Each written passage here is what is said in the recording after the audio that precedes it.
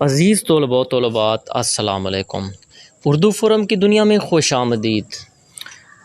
آج کی اس ویڈیو میں ہم اردو کلاس ہفتم کا سبق نمبر 20 نامور سائنسدان کے مشقی سوالات کا مطالعہ کریں گے۔ یہاں پر آپ کو یہ بھی بتاتے چلیں کہ یہ جو ہم سلیبس پڑھ رہے ہیں یہ آفاق سن سیریز کا ایک نیا ایڈیشن ہے جس کے آج سبق نمبر 20 کے مشقی سوالات کا مطالعہ کریں گے۔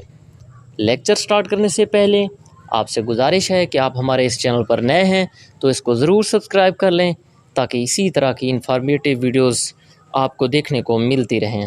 تو چلتے ہیں لیکچر کی طرف۔ نامور سائنسدان، دیے ہوئے سوالات کے جوابات لکھیں۔ پہلے سوال کا جواب ہے ابن الہیثم کی پیدائش عراق کے تاریخی شہر بصرہ میں 569 میں ہوئی۔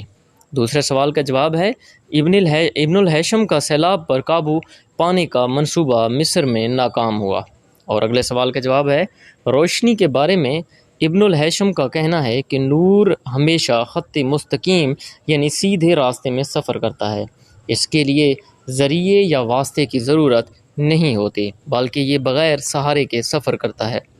اگلے سوال کا جواب ہے 9ویں اور 13ویں صدی کے درمیانی عرصے میں جب قدیم یونان اور یورپ تاریکی میں ڈوبے ہوئے تھے اس وقت مسلمان سائنسدان اپنے تجربات میں مصروف تھے۔ یہ دور مسلم سائنسدانوں کا سنہرا دور تھا۔ اگلے سوال کا جواب ہے جدید مصر میں دریائے نیل پر اسوان کے مقام پر اب جو ایک عظیم ڈیم تعمیر ہوا ہے وہ ابن الہیثم کے منصوبے ہی کے مطابق ہے۔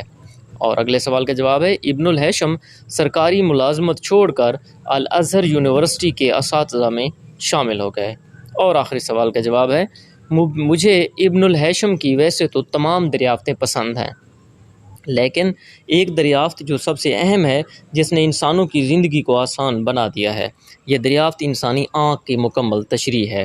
اس میں انہوں نے آنکھ کے ہر حصے کو پوری تفصیل کے ساتھ بیان کیا ہے جس میں آج کی جدید سائنس رتی برابر بھی تبدیلی نہیں کر سکی۔ بڑھتے ہیں اگلے سوال کی طرف۔ دیے ہوئے سوالات کے بیانات میں سے درست اور غلط کی نشاندہی ٹک یا کراس لگا کر کریں۔ مسلم سائنسدانوں نے بنی نوع انسان کی سہولتیں فراہم کی، ٹک۔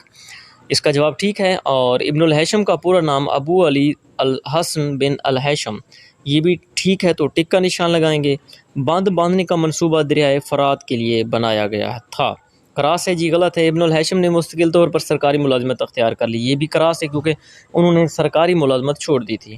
ابن الہیثم کی کتاب کا نام کتاب روشنی ہے، یہ بھی غلط ہے، کراس لگے گا۔ اور ابن الہیثم ایک ایرانی سائنسدان تھا، یہ بھی غلط ہے۔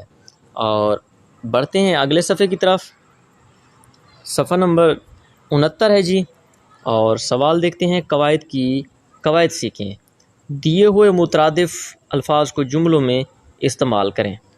عقیدہ ہے، ایک مسلمان کا عقیدہ ہے کہ اللہ ایک ہے۔ ایمان، ہمیں بحیثیت مسلمان تجدید ایمان کرتے رہنا چاہیے۔ جبل احد کے مقام پر غزوہ احد لڑی گئی تھی۔ پہاڑ، یہ پہاڑ خشک اور بنجر ہے۔ شک، مجھے اپنے نوکر پر شک ہے کہ اسی نے چوری کی۔ شبہ، محض شبے کی بنیاد پر اس لڑکے کو مت مارو۔ دکھ، آپ کے بھائی کی موت کا بہت دکھ ہوا۔ تکلیف، اس کی آنکھ میں شدید تکلیف ہے۔ عہد، ایک مسلمان کو عہد کا پکا ہونا چاہیے۔ پیمان، اپنے عہد و پیمان کی حفاظت کرو۔ زاہد، میرے دادا جان زاہد اور ایماندار ہیں۔ منفی، یہ لفظ ہے متقی انسان ہی اللہ کی خوشنودی کا حقدار ہے۔ اگلا سوال دیکھتے ہیں۔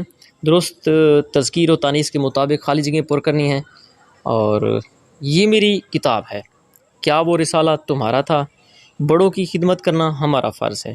یہ کتابیں میری ہیں، میری گیند گم ہو گئی ہے، میں تمہارا نام نہیں بھولا۔ بڑھتے ہیں اگلے صفحے کی طرف۔ آخری صفحہ ہے جی، یہ مختصر یہ سبق ہے۔ لکھنا سیکھیں، دی ہوئی عبارت کو غور سے پڑھیں اور سوالات کے درست جوابات دیں۔ پہلے سوال کا جواب دیکھتے ہیں۔ ہماری کائنات میں سورج، چاند، ستارے اور زمین، زہرہ اور مشتری جیسے سیارے موجود ہیں۔ اگلے سوال کا جواب ہے ستارے دن کے وقت سورج کی تیز روشنی کی وجہ سے نظر نہیں آتے۔ اگلے سوال کا جواب ہے ہماری زمین ایک سیارہ ہے اور چاند اس کا ذیلی سیارہ ہے۔